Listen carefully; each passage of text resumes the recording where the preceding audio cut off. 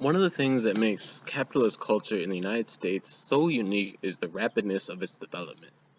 While many cultures develop slowly, sometimes even below the threshold of perception, capitalist culture developed so quickly that many people at the time were acutely aware of its emergence. The evolution of this culture is highly correlated with the progression of the Industrial Revolution.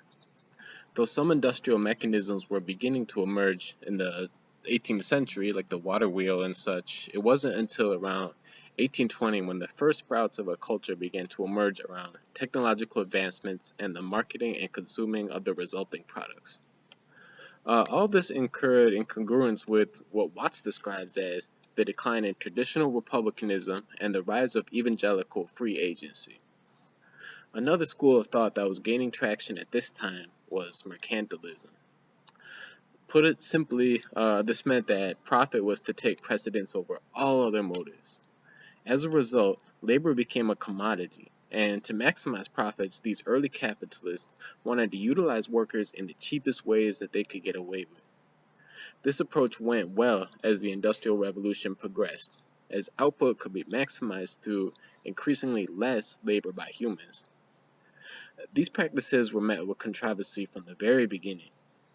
The 19th century was also, in American history, the same period when slavery was becoming even more frowned upon as a practice. Ironically, a lot of the opposition was from the biggest proponents of capitalism.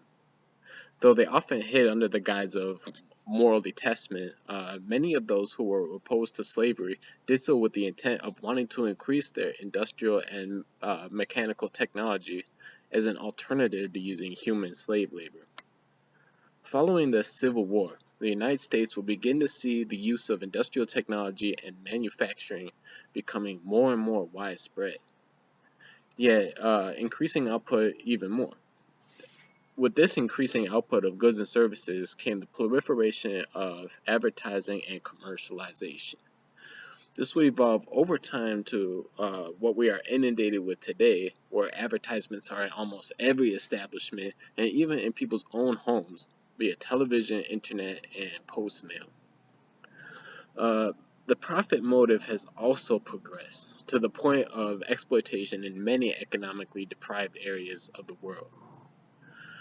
With so many of the means of production being outsourced to outside America, capitalist culture in the United States has become drastically more centralized around advertising and the commercial aspects of capitalism.